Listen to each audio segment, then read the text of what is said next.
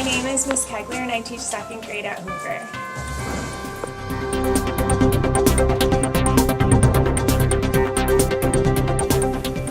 I like to go golfing, downhill skiing, scrapbooking, and spending time with my family and my 2 dogs.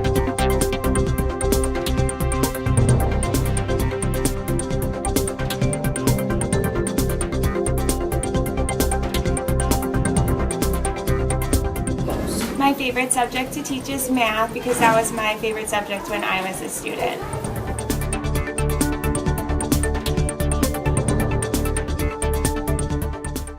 I like teaching my kids about kindness, and we have the Kind Kids Club that starts in December where the kids go around the school and do all different types of random acts of kindness.